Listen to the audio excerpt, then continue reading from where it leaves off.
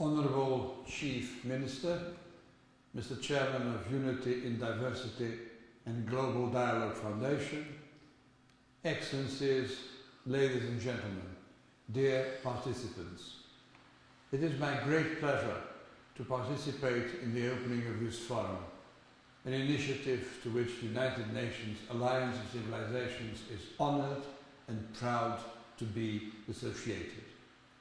Let me start by extending my warm greetings to the organisers and to all the participants and express my heartfelt thanks for your keen support to this forum, which will address so many topical issues.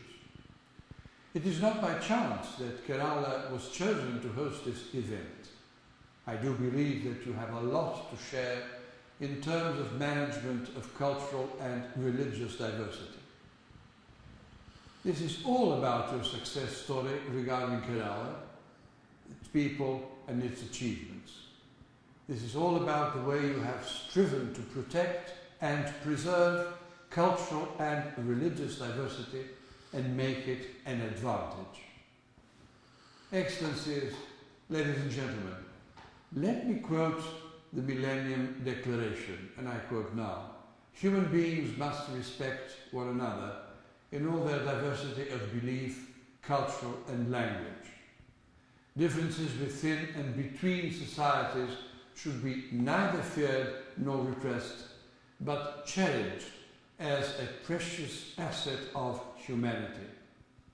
A culture of peace and dialogue among all civilizations should be actively promoted." End of quotation. The United Nations Alliance of Civilizations, UN-AWOC initiative, launched in 2006, aims precisely at achieving these goals.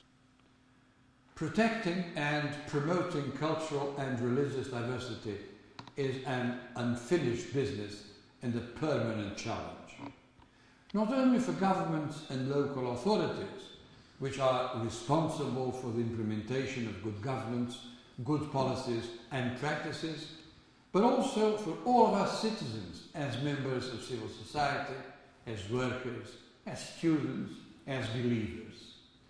Dealing with diversity, valuing it, living at ease with the landscape of diversities is different from simply tolerating it or focusing on differences. Making diversity an asset means to embrace the opportunity and the resources that it brings at cultural, economic and social levels. Of course, there is a long way to go if we really want to consolidate this approach and build true inclusive societies on an intercultural basis. In my view, only coordinated efforts between governments and institutions on the one hand, and people on the other hand, or civil society, will make a difference.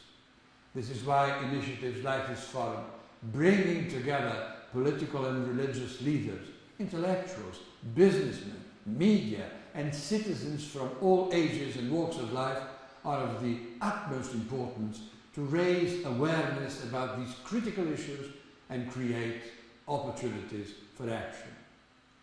Diversity is inevitable. It can be an asset, but it has also a great potential for conflict. So efforts are needed to create the appropriate context that allows differences to coexist, to be valued and to flourish.